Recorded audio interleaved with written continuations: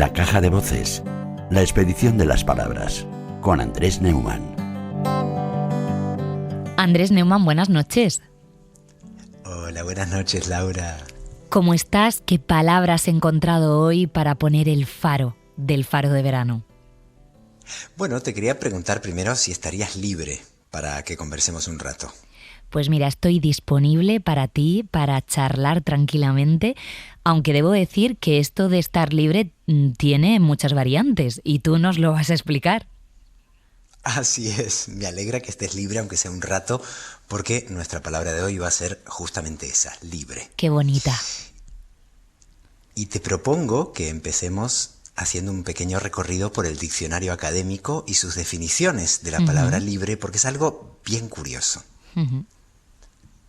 Si a veces hemos comentado, querida Laura, que no nos satisfacen algunas de sus definiciones, tengo que confesarte que en este caso me encanta la primera acepción de la academia.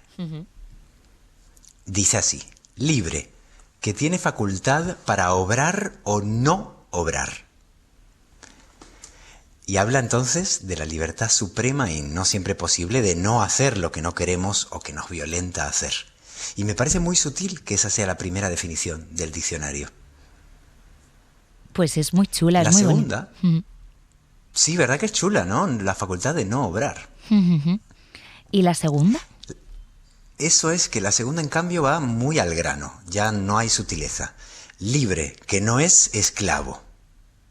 Este significado nos llega directamente del término latino, que es libertus, que era, bueno, pues el individuo que quedaba libre de su esclavitud. Hoy esa esclavitud puede ser material, o sea, económica, legal, laboral, etcétera, pero también figurada. Y existe precisamente una expresión cotidiana que es metafórica y muy fuerte, que es ser esclavo de algo. Esclavo de sus instintos, esclavo del reloj. ¿Tú la usas en alguna ocasión, querida Laura? ¿Se la has oído a alguien? He escuchado sí, pero decirlo es verdad que no. Admito que no, pero como siempre me pasa contigo, lo voy a incorporar a mi discurso. No admites esclavitud, me gusta. La tercera definición de libre en el diccionario está relacionada con la segunda, porque se mueve en el mismo marco, digamos, social y legal. Libre, que no está preso. Indiscutible, ¿no? Claro. Pero las tres acepciones siguientes del diccionario académico me desconciertan un poco, porque son todas peyorativas. Fíjate qué curioso. Libre, 4. Licencioso, insubordinado. Esta parece negativa, aunque por otra parte reconoce que la libertad a veces también consiste en obedecer, en no, digamos, subordinarnos ante una autoridad. Pienso, por ejemplo, en la llamada desobediencia civil. Sí. Después tenemos 5. Libre, atrevido, desenfrenado. Esta me llama mucho la atención. Porque estas dos palabras, atrevido, desenfrenado, están lejos de ser sinónimos. Una cosa es el atrevimiento y otra el desenfreno, y además parecen ser muy diferentes de la libertad misma. Aunque de nuevo nos sugieren, pienso, algo interesante, que es que la libertad está relacionada con el atrevimiento. Lo del desenfreno, Laura, ya se entiende menos, aunque supongo que viene del libet latino, que es un verbo que significa place, apetece. Por lo tanto, alude al placer, al deseo, es decir, a la libido, que de ahí viene también la palabra. Y esto nos lleva a la sexta acepción del diccionario, que es libre, disoluto, torpe, deshonesto. ¡Ostras! ¿Ah, que sí? Sí, no me lo esperaba. ¿Lo de disoluto? Yo tampoco. Al releerlo hoy me he quedado sorprendido. Lo de disoluto puede ser un resto de aquel dicho moralista de no confundamos libertad y libertinaje. Pero, ¿cómo la libertad podría relacionarse con la torpeza o la deshonestidad? Dejamos la duda ahí flotando para que tiemble en la noche. La verdad. Y como siempre, ¿qué dice María Moliner? Pues nuestra maestra y eterna abuela verbal, doña María Moliner, hizo lo siguiente con la palabra libre y libertad. Algo que recordarás, querida Laura, que doña María hacía muy a menudo, y recordemos que escribió su diccionario en plena dictadura y todavía bajo el control de la censura, era combinar ejemplos de uso con una apariencia inocente, inofensiva, con otros más conflictivos o peligrosos. Así como quien no quiere la cosa, para quedar, nunca mejor dicho, libre de toda culpa. Por ejemplo los pájaros viven libres. Y a continuación, estuvo en la cárcel, pero ya está libre. Doña María también improvisó un par de nuevas acepciones que no figuraban en el diccionario académico de la época. Me llama la atención especialmente esta.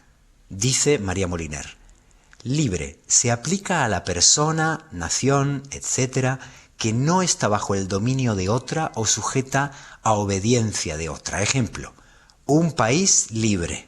Después agregó: se aplica a los países donde sus ciudadanos disfrutan los derechos que en los países no totalitarios les conceden las leyes. ¿Cuánto dice María en esto, eh? Esta mujer que ¿verdad? además había vivido el cambio de un país, ¿no? De la libertad a la no libertad. ¿Cuánto dice entre líneas?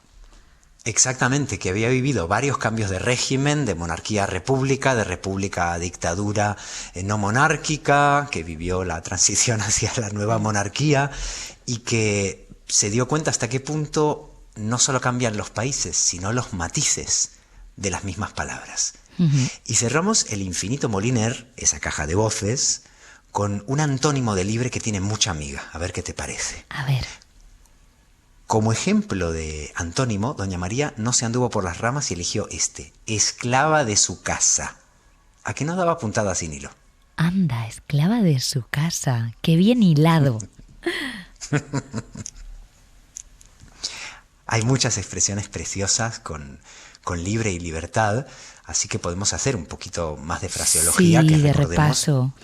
Sí, de hecho, Claro. te iba a comentar que no sé si habías tenido duda de si traer libertad o libre, porque libertad yo creo que es como más obvio, pero te has ido a libre, que ahora estoy pensando que quizá da más juego.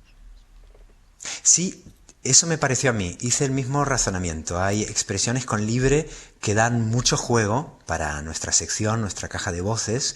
Por ejemplo, hay una expresión muy coloquial en España que me encanta, que es ir por libre. Ay, qué afortunados Qué los buena. que van por ir Ay. por libre, sí. Qué afortunados, qué buena, breve y contundente. O sea, más económica imposible. Una pequeña preposición delante y ya tenemos un sentido. ¿A ti te gusta ir por libre, querida Laura? O sea, ¿te dejan?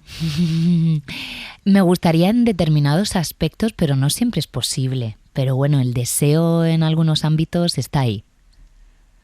O sea, la libertad del deseo está. Bueno, eso ya Sí. es mucho. No todo el mundo puede ir por libre. Además hace Está falta, tu yo creo. libet Sí, ahí. hay que tener un carácter especial. Pero sí, barra libre de deseos.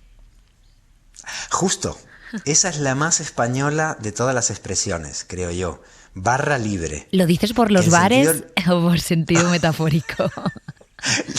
Lo digo en ambos, porque en sentido literal se refiere, por supuesto, bueno, a ese servicio que nos permite beber cuanto queramos por un precio fijo, o en el más optimista y etílico de los casos, incluso gratis.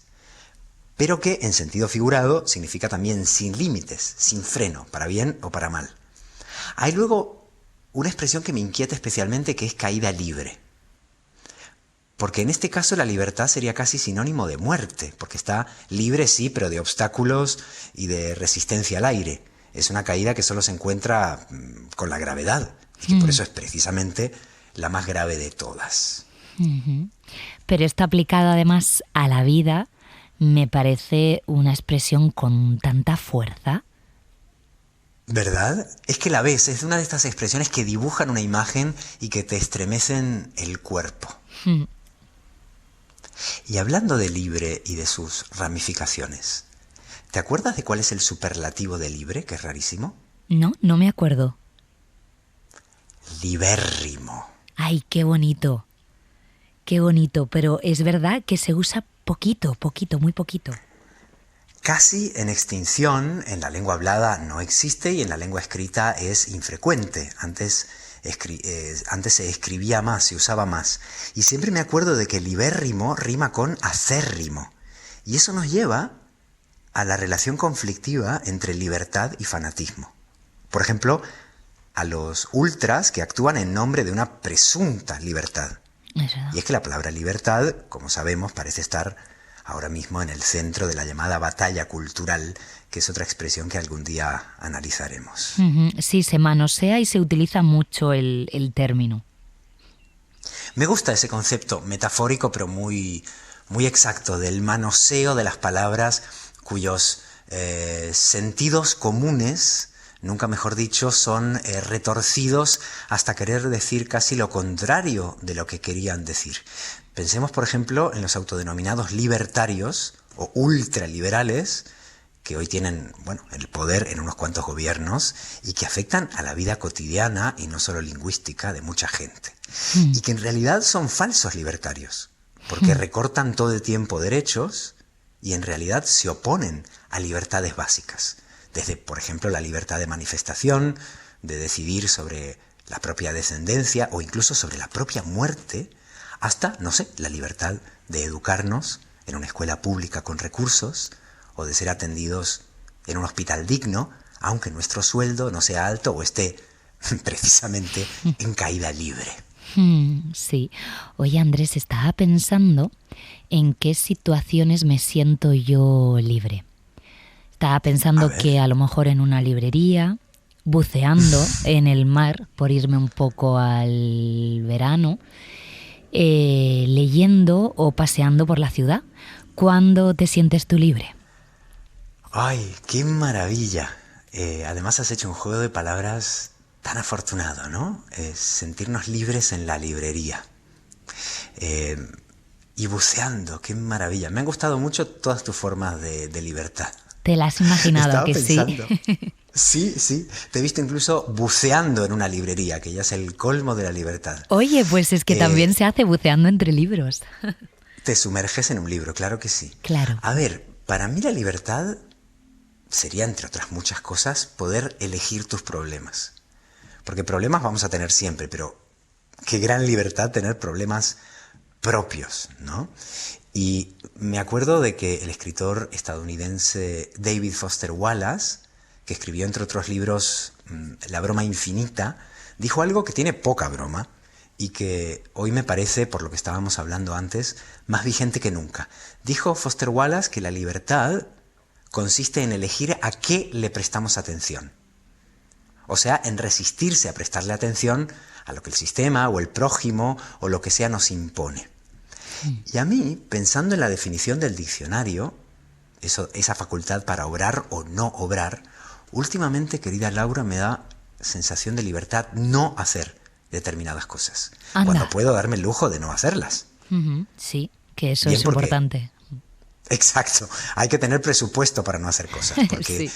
a veces si puedo elijo renunciar a esas acciones, o porque simplemente, y esto es a lo que quería llegar, simplemente trato de crearme un pequeño espacio para no hacer nada en particular, que es a veces cuando más libres nos sentimos. Y recuerdo que una vez escribí un microtexto sobre la alegría y la plenitud de no hacer nada en la mejor compañía. Porque no sé qué opinarás tú, esa me parece una prueba de amor. No hacer nada con alguien y sentirse a gusto, libre. Y que te llene, ¿no? Y sí, fíjate, me gusta mucho esta relación, que haya personas que acentúen esa sensación de libertad y esos sentimientos inexplicables, pero placenteros y de felicidad, de libertad. Eso es, que nos liberen de la esclavitud de tener que hacer algo. Y por eso me acordaba de este texto que, si te parece bien, podríamos leer para despedirnos acerca de la libertad de no hacer. Nos encantaría. Pues allá vamos entonces, nos despedimos con un brevísimo texto titulado Las cosas que no hacemos, de un libro que publiqué hace tiempo que se llama Hacerse el muerto. Las cosas que no hacemos.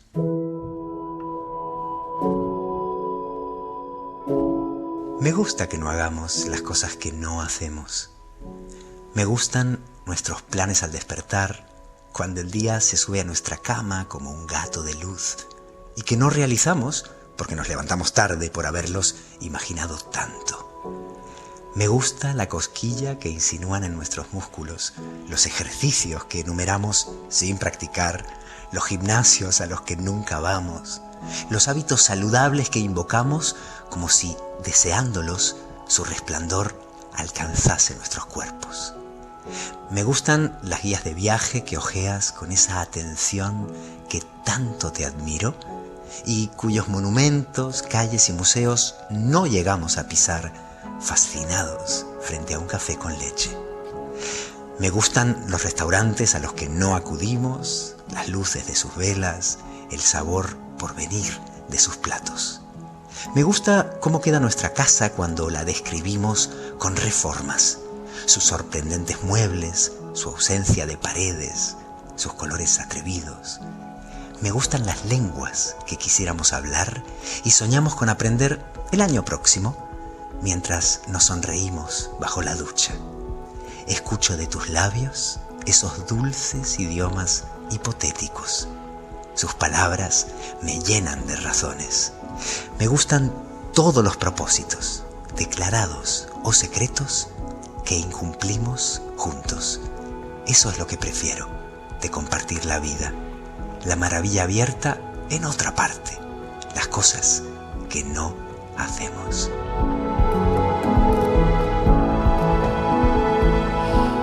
¡Wow! ¡Qué belleza! Andrés, qué bonito. Estaba pues imaginando todo y menuda declaración de amor. Por cierto, me estaba recordando a Me gusta cuando callas de Neruda, que me gusta cuando callas porque estás como ausente, y creo recordar que hay un momento que dice una palabra, entonces una sonrisa basta. Y con esas dos cosas, palabras y sonrisas, como la que yo tengo ahora mismo, nos quedamos. Seguro que los oyentes también. Andrés Neumann, muchísimas gracias por esta voz, por esta palabra de hoy. Muchísimas gracias a ti, querida Laura, y os deseo unas buenas, libres y, si es posible, disolutas noches. Hasta pronto, hasta la semana próxima. Un abrazo. Hasta la semana próxima.